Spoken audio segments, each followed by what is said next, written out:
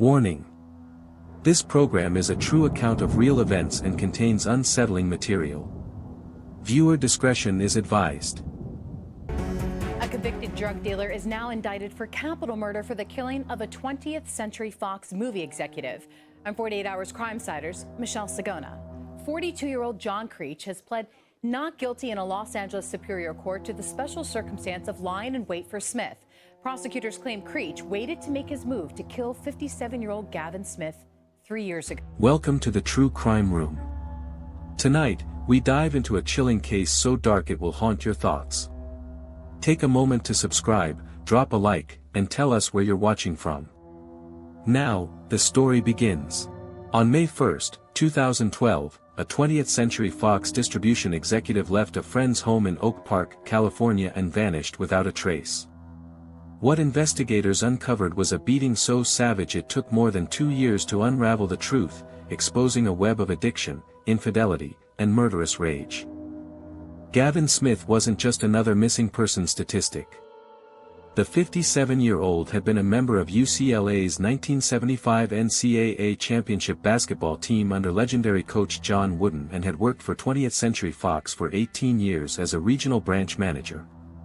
He was married with 3 sons and lived in the affluent community of West Hills.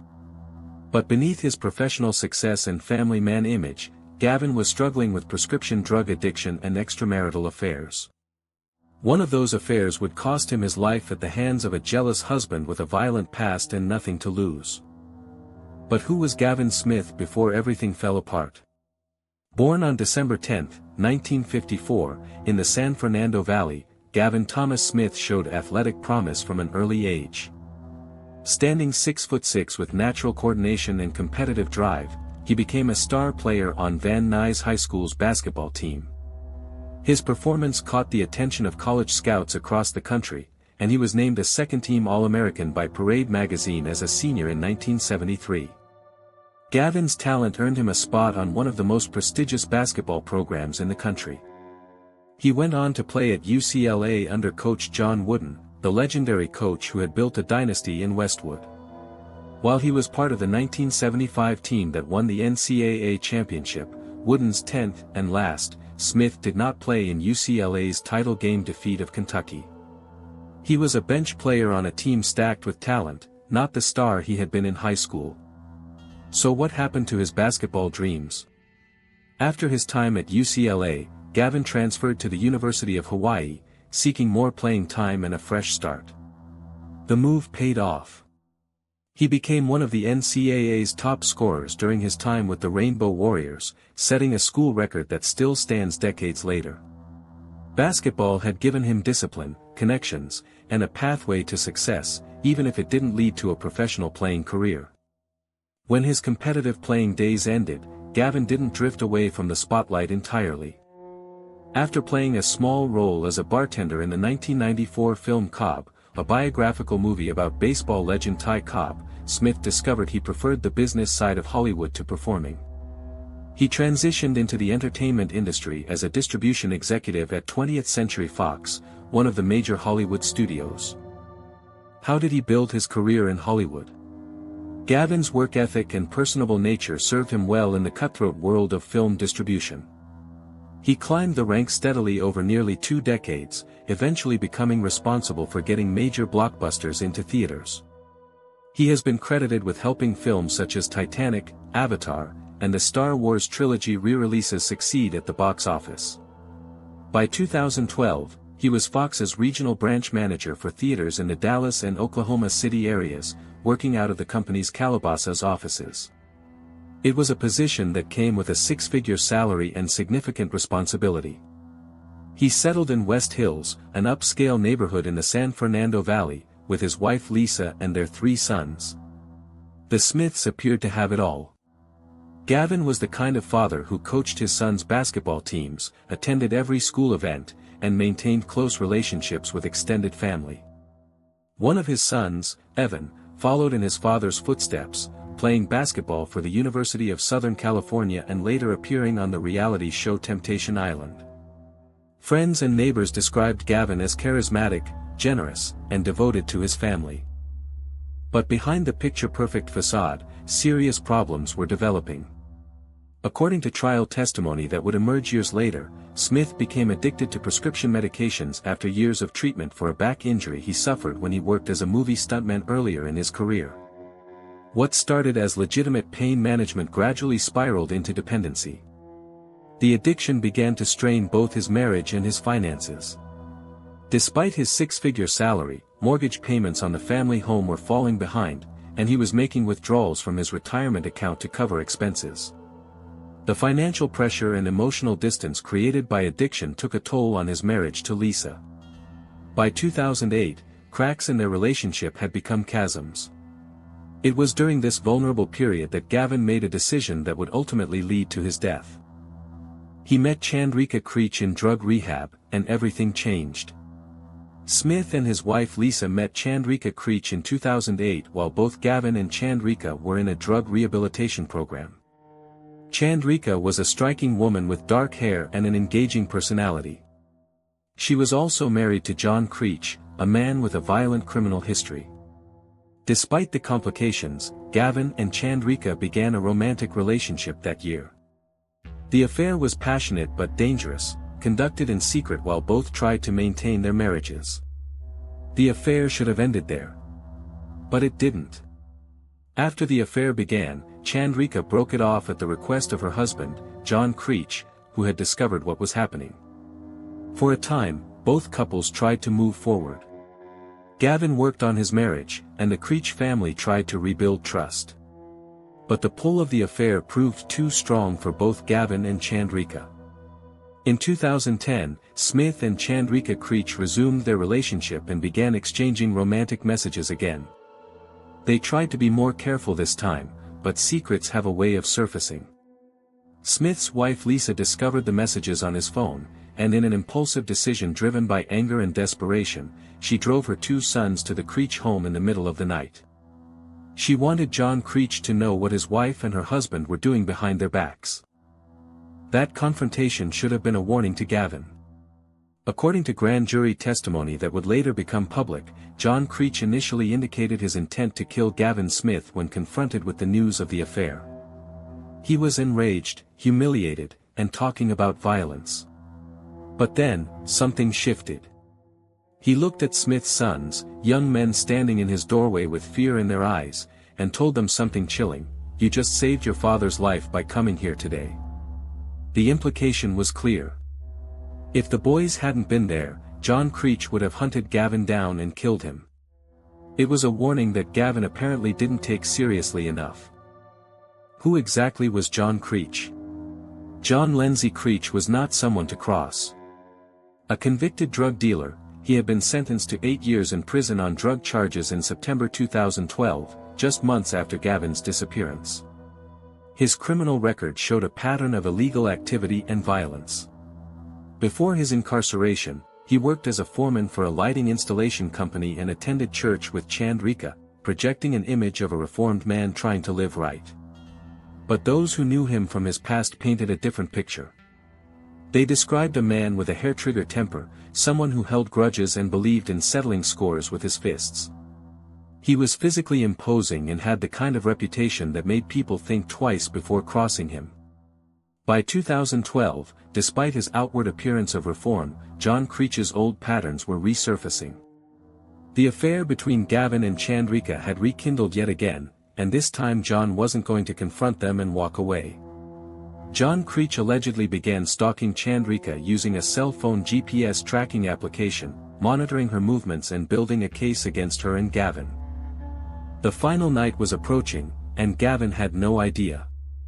On May 1, 2012, Gavin Smith was temporarily staying at a female friend's home in Oak Park, a community in Ventura County, to get some space from his family amid marital tensions. This was not a permanent separation. He remained married to Lisa Smith and had 3 sons at home. According to the friend, the two were up watching television until sometime after 9 p.m. that night. It was a normal, quiet evening. When the friend went to bed, Smith told her he would be following shortly. Around 10 p.m., he got into his black 2000 Mercedes-Benz E420 and left the house. He was wearing purple workout pants he had borrowed from his son, suggesting he wasn't planning to be seen in public. Where he went that night would later become a critical focus of the investigation. When did his family realize something was terribly wrong? When Smith failed to pick up one of his sons for school the next morning on May 2, 2012, his family immediately knew this wasn't normal. Gavin was many things, flawed in many ways, but he was reliable when it came to his children. He wouldn't miss picking up his son without a phone call or explanation. Lisa Smith reported him missing to the Los Angeles County Sheriff's Department that same day. Unlike typical missing person cases where authorities suggest waiting 24 or 48 hours, Lisa made it clear this was an emergency. She explained Gavin's history of prescription drug abuse, his mental health struggles, and her absolute certainty that something criminal had occurred. The deputies took the report, but in those early hours, there was little they could do except begin the standard procedures for an adult missing person case. The investigation began, but leads were scarce. Detectives started with the basics. They interviewed family members, friends, and colleagues from Fox. They pulled phone records and credit card statements. They checked hospitals and morgues. Gavin's face appeared on local news broadcasts, and Lisa made tearful public appeals for information. But days turned into weeks with no significant breaks in the case. Behind the scenes, investigators had begun to focus on Gavin's personal life, particularly his relationship with Chandrika Creech. When they learned about John Creech's criminal history and his previous threats against Gavin, he immediately became a person of interest. Detectives interviewed both John and Chandrika multiple times in the weeks following Gavin's disappearance, but both denied knowing anything about where he might be.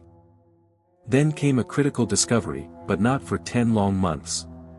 On February 21, 2013, nearly 10 months after Gavin's disappearance, his black Mercedes-Benz 420e was discovered in a storage facility in Simi Valley, a city in Ventura County. The storage facility was linked to John Creech, who was already in custody at Men's Central Jail on an unrelated narcotics conviction. The discovery of the vehicle was not random. Acting on tips and investigative leads, detectives had obtained a search warrant for the storage unit. What they found inside the Mercedes told a disturbing story. The vehicle showed obvious signs of having been cleaned thoroughly.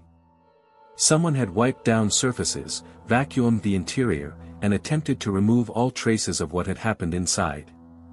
But forensic science has advanced to the point where even the most careful cleaning often isn't enough. The forensic evidence was damning. Forensic technicians found traces of blood, Gavin's blood, spattered inside the vehicle. The pattern and location of the blood suggested violence had occurred while someone was inside the car. There were also signs of impact damage to the interior, consistent with a person being struck repeatedly. Based on the vehicle's condition and information from cooperating witnesses who were starting to come forward, detectives reclassified the case from a missing person investigation to a homicide investigation. Investigators believed Smith's car had been moved after he was last seen and before it ended up in a storage facility in Simi Valley around May 8 or 9, 2012. Phone records and witness statements indicated the vehicle was held for several days before being stored. Investigators served more than 30 search warrants throughout the investigation, increasing pressure on everyone connected to the case. But the most critical question remained: where was Gavin's body? For over 2 years, that question went unanswered. Searches of remote areas turned up nothing. No one was talking. The case was going cold. In May 2014, Smith was retroactively declared legally dead, a devastating formality for his family. Lisa and the boys tried to move forward with their lives while holding on to a slim hope that somehow, someday, they would know what happened to Gavin. The breakthrough came in October 2014, more than 2 years after Gavin vanished. On October 26, 2014, hikers made a grim discovery. A man walking with his dog in a remote area near Palmdale in the Angeles National Forest noticed something unusual. In a shallow grave, partially exposed by weather and time, were human remains. The location was incredibly isolated, accessible only by rough dirt roads and known primarily to locals who hunted or hiked in the area. Law enforcement was called, and the scene was secured. Dental records confirmed what investigators had suspected and what Gavin's family had feared for over 2 years. The remains were those of Gavin Smith. After 913 days of not knowing, the family finally had an answer. But that answer brought new horrors. The medical examiner's findings were brutal. Smith had died of blunt force craniofacial trauma. The clinical term doesn't capture the savagery of what happened to him. He had been beaten so brutally that his skull was crushed on both sides. The force required to inflict that kind of damage is extraordinary. It wasn't a single blow or even a brief altercation. Someone had beaten Gavin Smith repeatedly, with tremendous force, until his skull gave way. Investigators stated there was evidence in the car that indicated he was killed in the Mercedes. The blood spatter patterns, the damage to the interior, and the physical evidence all pointed to the vehicle being the primary crime scene. The body had been wrapped in a comforter and plastic sheets and bound with duct tape before being transported to the burial site. The location where the body was found was so remote that investigators believed the killer must have had specific knowledge of the terrain. This wasn't a random dumping ground. Someone knew exactly where to go to hide a body where it might never be found. With physical evidence and a body, the case against John Creech intensified dramatically. In January 2015, John Creech was arrested and charged with Smith's murder. He was already 2 years into his 8-year prison sentence for drug trafficking when the murder charge was filed. Prosecutors would now have to prove that Creech had not only killed Gavin Smith but had done so with the requisite intent for a murder conviction. According to trial testimony and witness statements, investigators pieced together the events of May 1, 2012. Investigators said John Creech used a GPS application to monitor Chandrika Creech's movements. Trial testimony indicated that when he saw she was meeting with Gavin Smith, he went to confront them. What did Chandrika know, and what was her role? Chandrika Creech's testimony, given with immunity from prosecution, provided the most detailed account of what happened that night. According to her statement, on the night of May 1, 2012, she and Gavin were sitting in his Mercedes outside her home. They were talking, probably about their relationship and the complications it created in both their lives. Suddenly, John appeared, opened the car door, and began striking Gavin. Chandrika testified that she tried to intervene, but was unable to stop him. According to her testimony, Gavin was beaten inside the car until he lost consciousness and later died. Forensic evidence showed blunt force trauma to his head and blood spatter inside the vehicle, confirming that violence occurred there. But the defense team told a very different story.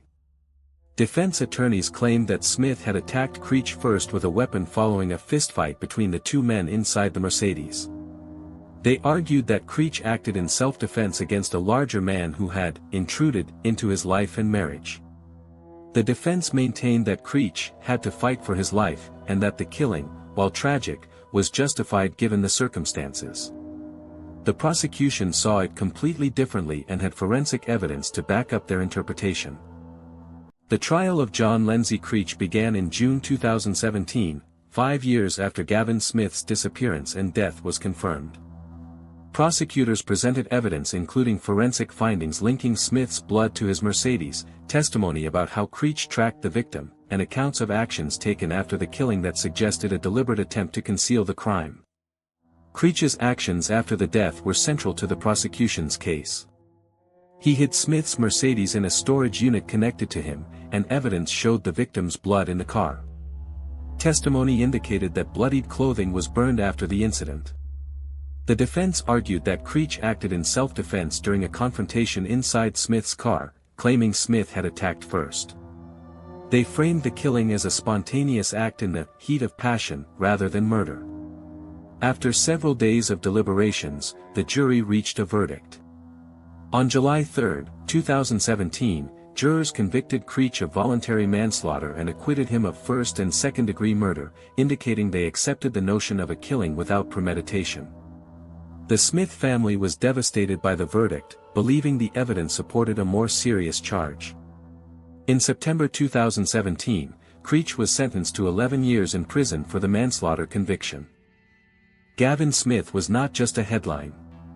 He was a father who coached his sons and stood on the sidelines at their games. He was a husband in a troubled marriage. He was a professional who helped distribute major Hollywood films across the country.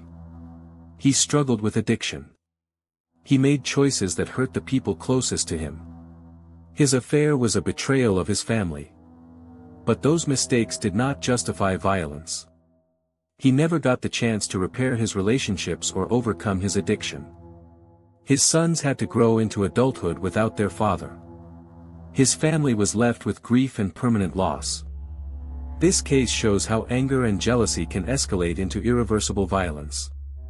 One confrontation ended a life and changed many others forever. In 2019, the California Court of Appeal upheld Creech's conviction, confirming the sentence and ending his attempt to overturn the verdict. He remains in prison. The sentence does not bring Gavin back. It does not remove the trauma his family carries. Thanks for watching. If you appreciate in-depth true crime stories told with accuracy and respect, subscribe to the channel.